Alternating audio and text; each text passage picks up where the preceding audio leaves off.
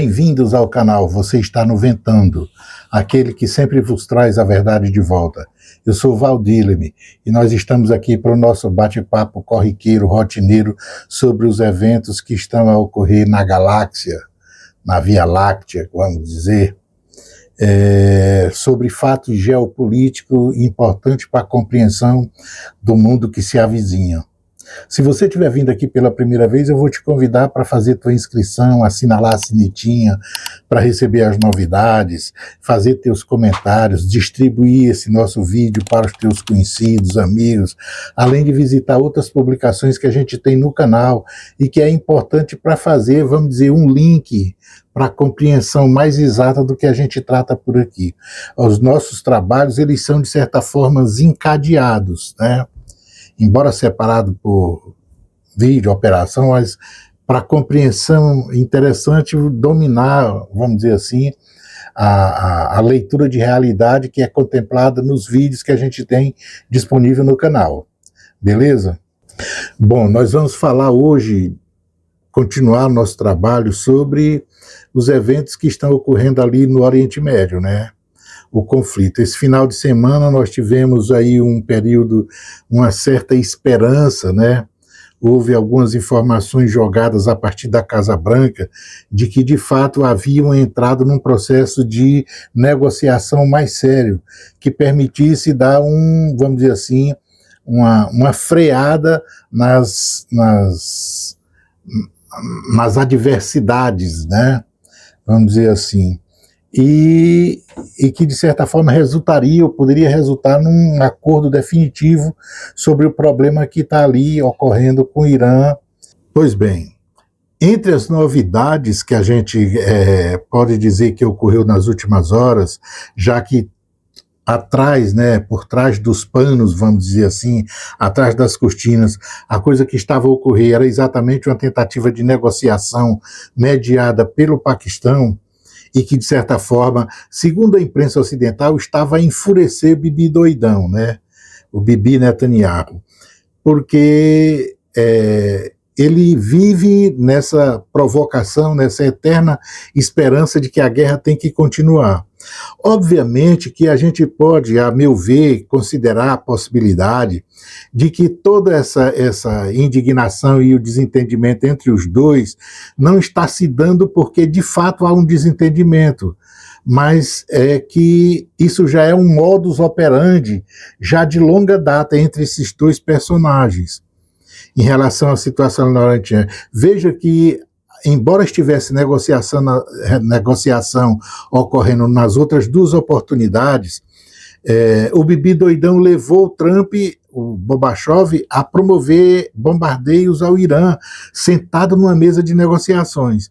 Então, e aí eles propagavam, de certa forma, pela imprensa, que é sionista, todos sabem, né, que havia uma certa discordância, na realidade dizer que Gorbachev estava contra as operações militares, estava contra bombardear, queria dizer que estava, vai dizer, discordando de alguns momentos das posições tomadas pelo Bibi doidão. Quando na realidade, no mundo real, nós observamos que se concretizou outra coisa, né? Na realidade, fatos outros demonstram exatamente o contrário. Portanto, é de se suspeitar, é crível a possibilidade de que tudo isso não passe exatamente de uma contra-informação. É uma tentativa de desmobilizar, vamos dizer assim, a defesa iraniana para permitir os ataques de surpresa que já não ocorrem mais assim tão de surpresa, né? Então você vê que para desmobilizar a atenção da defesa iraniana, eles promovem uma mesa de negociações. Então chama o Irã para a mesa de negociações, e enquanto está na mesa de negociações, produz os ataques. Então, essa divergência que, segundo os meios de comunicação ocidentais, repassam de que há entre Bibi doidão e Gorbachev, ela é uma coisa que não é muito crível, já não faz mais parte totalmente do mundo real. Portanto, a gente tem que ficar com um pé atrás na hora de interpretar esse tipo de fato que é jogado na imprensa imperial, beleza? Que é um sistema de propaganda sionista.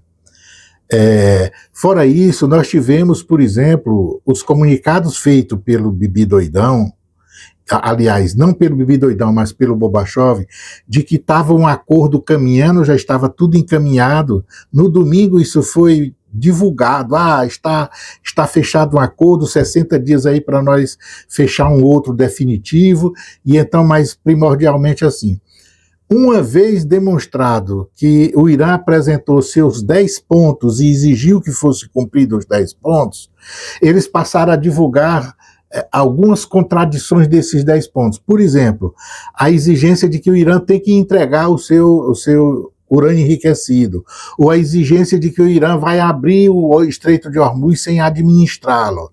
Essas coisas elas são contraditórias com os interesses que o Irã colocou na mesa para iniciar um processo de negociação. Ou seja, isso não é a verdade, por isso está travado.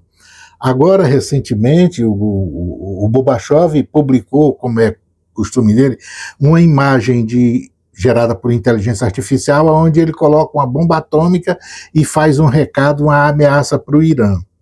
Nós vamos falar, na nossa análise hoje, nós vamos falar sobre qual é a perspectiva desse tipo de comportamento. Por que ocorre? E esses comportamentos, eles atingem algum objetivo? Existe a perspectiva de algum objetivo seja atingido com estes métodos que o Bobachov usa? Nós vamos ver na nossa análise de hoje.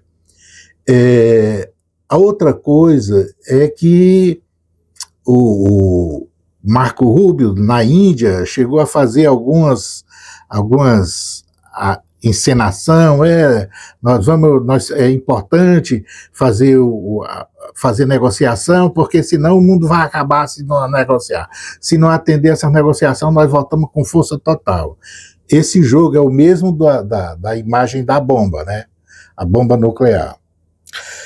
E aí, por conta disso, o Irã emitiu um comunicado dizendo que está longe, não tem nada perto de acordo, ou seja, já há um esfriamento na primeira perspectiva, no primeiro momento de que haveria uma negociação e que nos próximos 60 dias definitivamente se resolveria o conflito através de negociações, já começou a esfriar esse discurso de novo.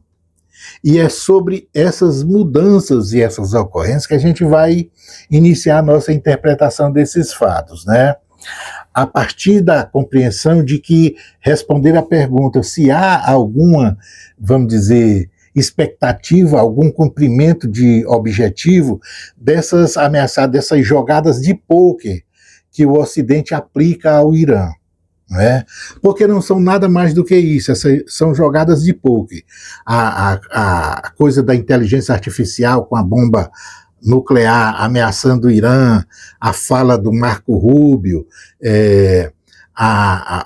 depois de iniciar um processo de negociação, tentar vender, vamos dizer assim, alguma coisa que está desconforme às exigências que o Irã fez e publicou para a humanidade inteira tomar conhecimento.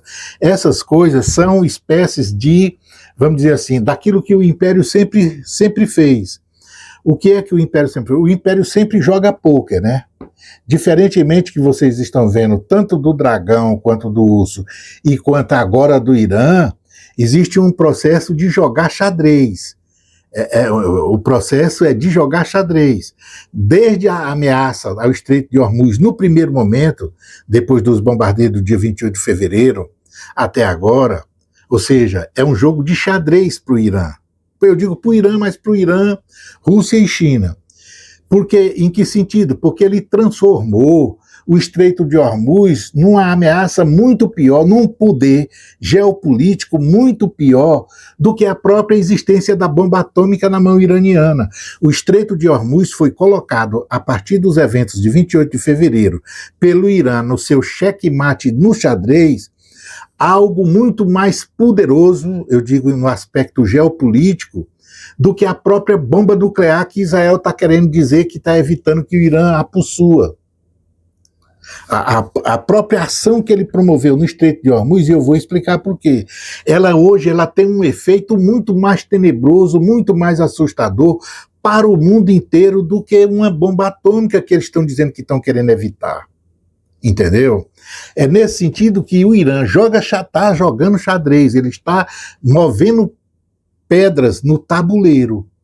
Já o Ocidente, e o Bobachov e Bibi Doidão, o jogo, como vocês viram, por essas por essas, vamos dizer assim, por essas colocações que eu acabei de falar, num processo de negociação, o que ele faz é utilizar-se de recursos do poker, ou seja, da ameaça, para tentar obter ou mudar alguma conjuntura que no momento está desfavorável. E óbvio que isso não obtém nenhum sucesso, porque desde o início o Império sempre se comportou assim. Agora, vamos ao que interessa. Veja só, há um processo de resfriamento, no caso do cessar-fogo, das ações beligerantes, eu digo, da guerra quente, entre os indivíduos envolvidos. E por que esse esfriamento ocorreu? Não foi por outra coisa senão pela única e exclusiva razão de que sentiram, observaram que caminhavam para a derrota, no sentido militar da palavra, e que os danos que infligiam, as operações que estavam liberadas para infligir ao Irã, os danos que pretendiam, observaram que esses danos não provocam dano nenhum na realidade. Não há dano. Então, é uma guerra que se moveu numa forma que foi totalmente dicotômica com os interesses que o Império previu no início da guerra. Aquilo que ele previu, de certa forma, não é só, por exemplo, vamos dizer, os objetivos estratégicos que ele tinha formulado junto com o Bibi Doidão. Queria decapitar o regime iraniano. Queria acabar com as estruturas nucleares e tal. Queria botar um governo fantoche para permitir que ele liberasse o Estreito de Hormuz da forma que quisesse. Todas as, vamos dizer assim, as pretensões, eu digo em termos de objetivos estratégicos, desse movimento que iniciou-se no dia 28 de fevereiro, elas foram pretensões automaticamente derrotadas no decorrer dos primeiros dias do conflito. Nos primeiros dias do conflito já era perceptível essa derrota. Agora vamos lá, utilizar a fotografia, o recurso da inteligência artificial, fazer as ameaçazinhas de bomba nuclear, fazer tal. A gente precisa avaliar, e aí é que o Império tem que, de forma, eu digo, adulta, sadia, sentar e avaliar a perspectiva seguinte. Ora, se Marco Rubio faz essa declaração, como fez lá na Índia, se o Bobachov emite esses comunicados dizendo que o Irã vai devolver o urânio enriquecido, contrapondo-se a uma coisa que ele sabe que não é a verdade, porque ele recebeu as exigências que o Irã impôs para sentar, fazer um acordo. Dizer que não vai liberar todas as sanções, que não vai liberar os seus, vamos dizer assim, os recursos que estão, de certa forma, congelados do Irã, nesse processo que foi, ao longo da história, a relação Revolução Islâmica, regime ocidental, Império Ocidental. Então, ao colocar isso, é uma tentativa de, vamos dizer assim, derrubar a resistência do regime, quebrar, tentar forçar, adquirir alguma coisa que seja para, na mesa de negociação, obter de benefício. Só que essas coisas a gente só tem quando se senta para negociar, quando se está negociando, tem que ter uma posição de força. Tem que haver vamos dizer assim, uma coisa no mundo real que tente sustentar essa posição, que é o que o Império não tem, Bobachov não tem, Bibi Doidão não tem. Então ele não tem como colocar isso no acordo, ele não tem como forçar o Irã a fazer isso. Mas veja, ele diz, se não tiver isso, pode se preparar para a destruição total. Vou jogar a bomba nuclear, vou fazer não sei o quê. Antes de tratar disso, para você ver, é o seguinte, a primeira pergunta que o Irã vai responder para ele próprio, quando se planeja para resistir a esse tipo de pressão, é a seguinte: bom, ele diz que vai fazer isso, mas se ele tivesse feito isso, se ele pode fazer isso, por que ele está chamando para negociar? Por que ele está se eu vou dizer, não é se humilhando, está se submetendo a sentar na mesa de negociação porque ele não queria negociar. Vejam que antes do conflito, nas duas oportunidades, o Irã estava negociando.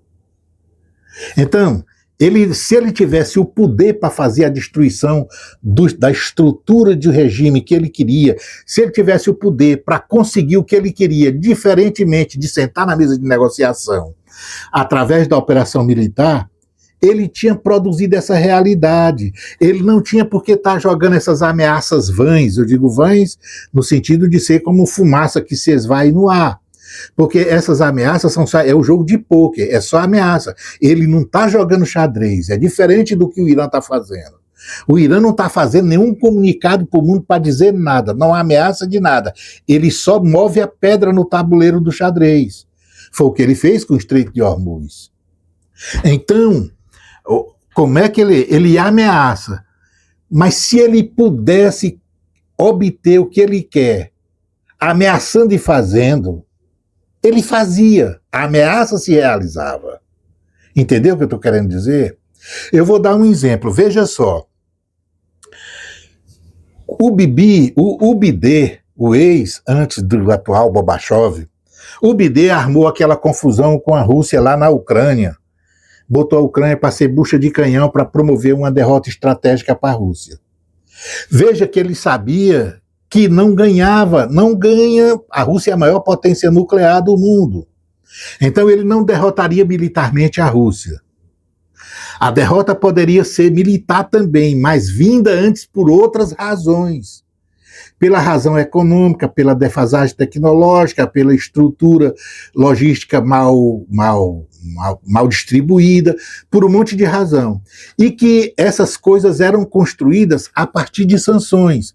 Veja que na hora que aplicou as sanções, o mundo ocidental, o Império Ocidental, Bidê mais a Europa, a OTAN, produziram as 3.000 sanções no mesmo dia. Eles fizeram tudo que podia ser feito em um dia só.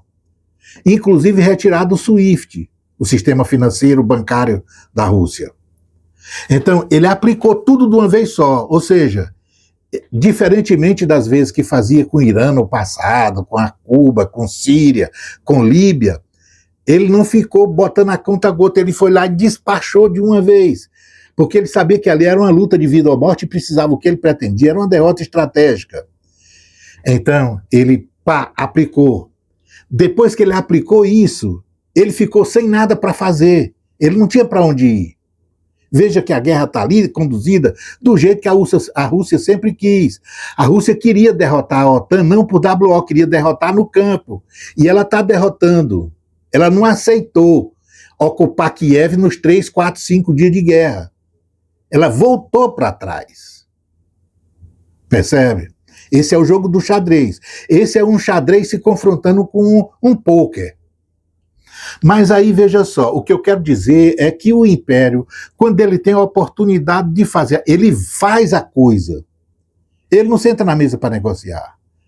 As outras oportunidades com o Irã é exatamente essa. Eles foram militarmente na ilusão, acreditando piamente num monte de mentira, tanto do Bibi doidão quanto do sistema de informações dele. A desinformação sobre o que de fato ocorria no Irã levou ele a fazer aquilo. Ele acreditava que derrubava. Agora ele sabe que não derruba. Como ele sabe que não derruba, está querendo chamar para negociar na mesa. Só que ele quer negociar na mesa e não quer perder tudo. Aí, para não perder tudo, ele faz ameaça que vai promover qualquer outra coisa pior do que o que está fazendo agora, do que o que já fez. Ele pode fazer isso? Veja, ele pode jogar a bomba atômica no Irã? Até pode. Mas eu digo, como eu sempre digo, a pergunta dos estrategistas do Império Ocidental tem que ser feita antes se jogar, o que eu posso fazer de pior? E aí eu lhes garanto que se tivesse a oportunidade disso, eles iam fazer, desde que esse pior trouxesse os objetivos cumpridos que ele pretende ter. O problema é que a possibilidade do que ele vê como pior não realiza o sonho dele. Percebe? Então, jogar a bomba, a resposta é essa, resolve? Não resolve. Não resolve. Não vai jogar, vai botar as tropas no chão para ir? Não vai.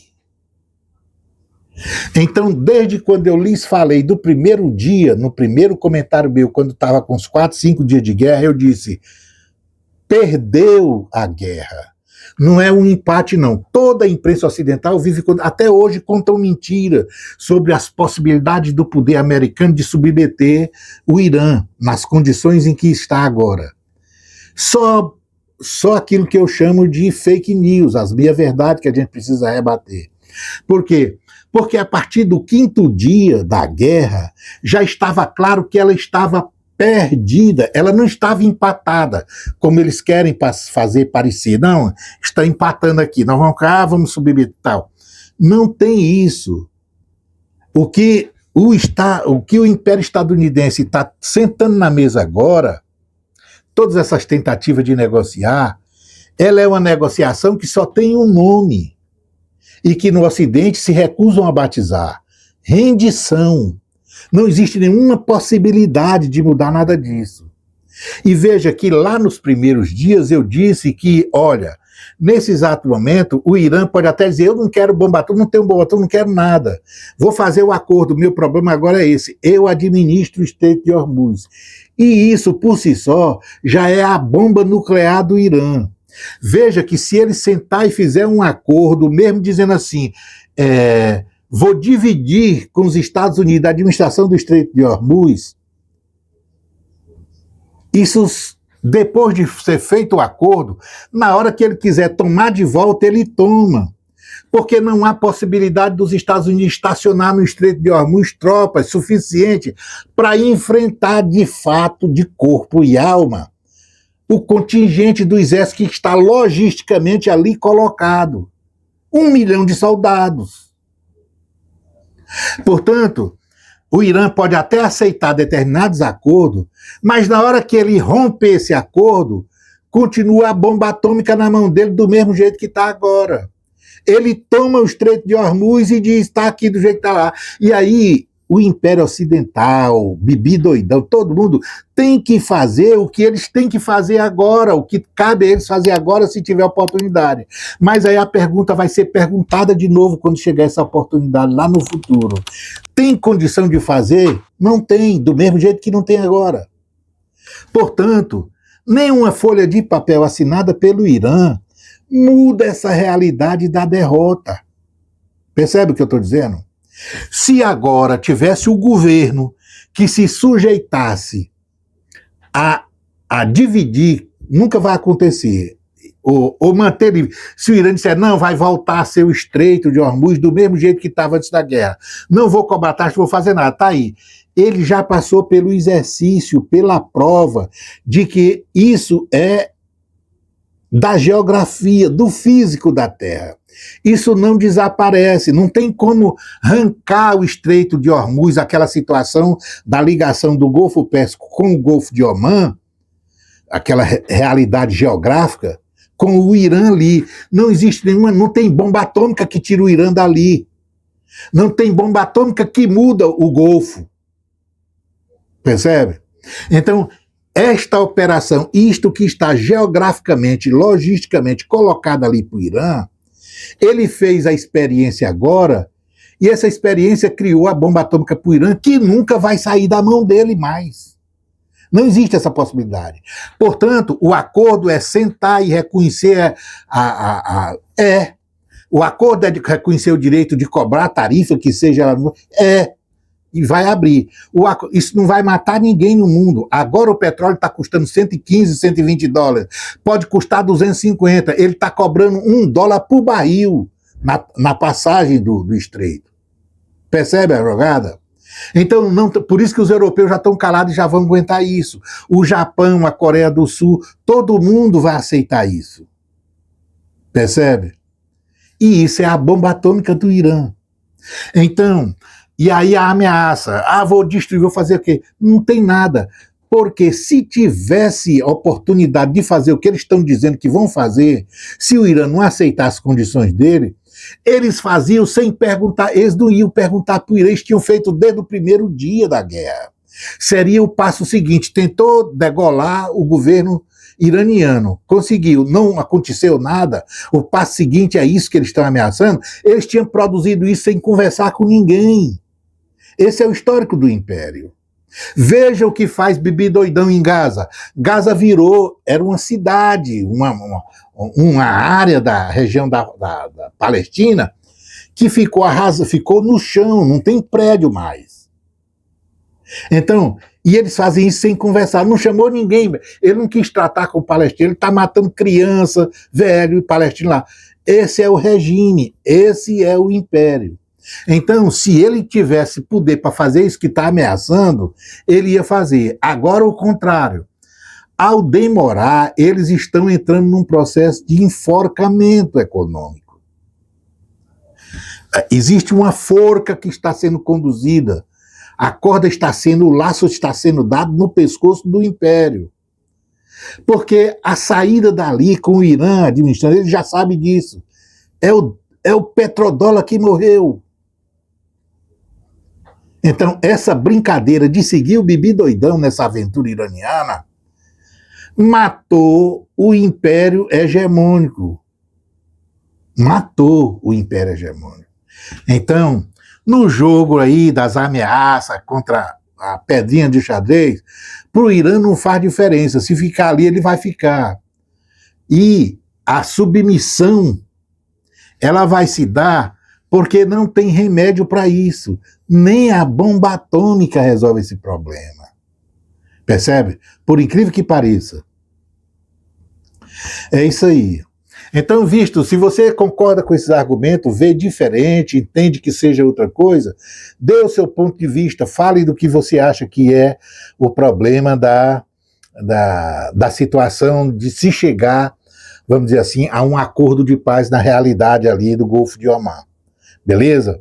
Também faz a sua inscrição, marque a sinetinha para receber as informações atualizadas e também faça uma visitinha aos outros vídeos do canal. E além disso, também pode até ouvir um W Poebo, que ele sempre está disposto a dizer alguma coisa com a cantiga. Beleza? Um abraço.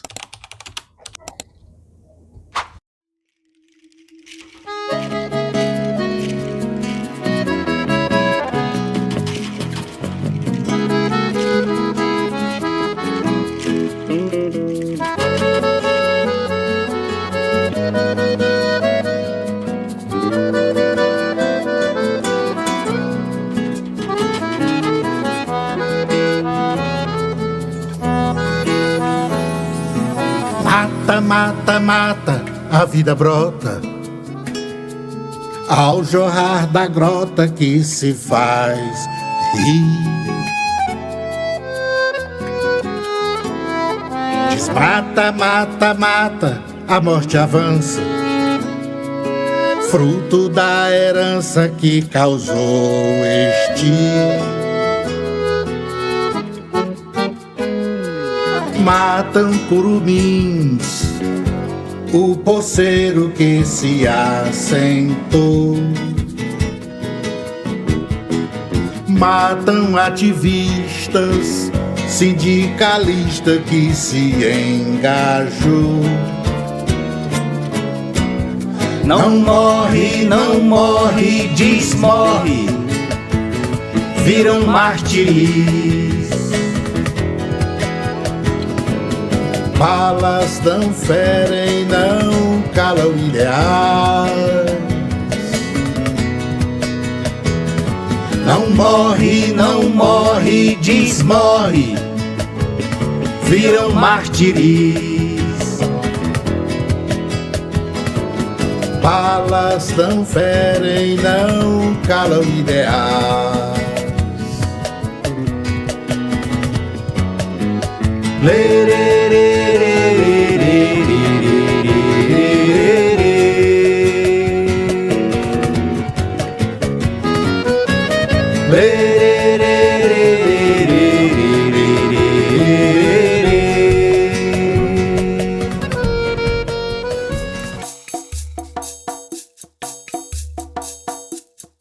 Lara, lara,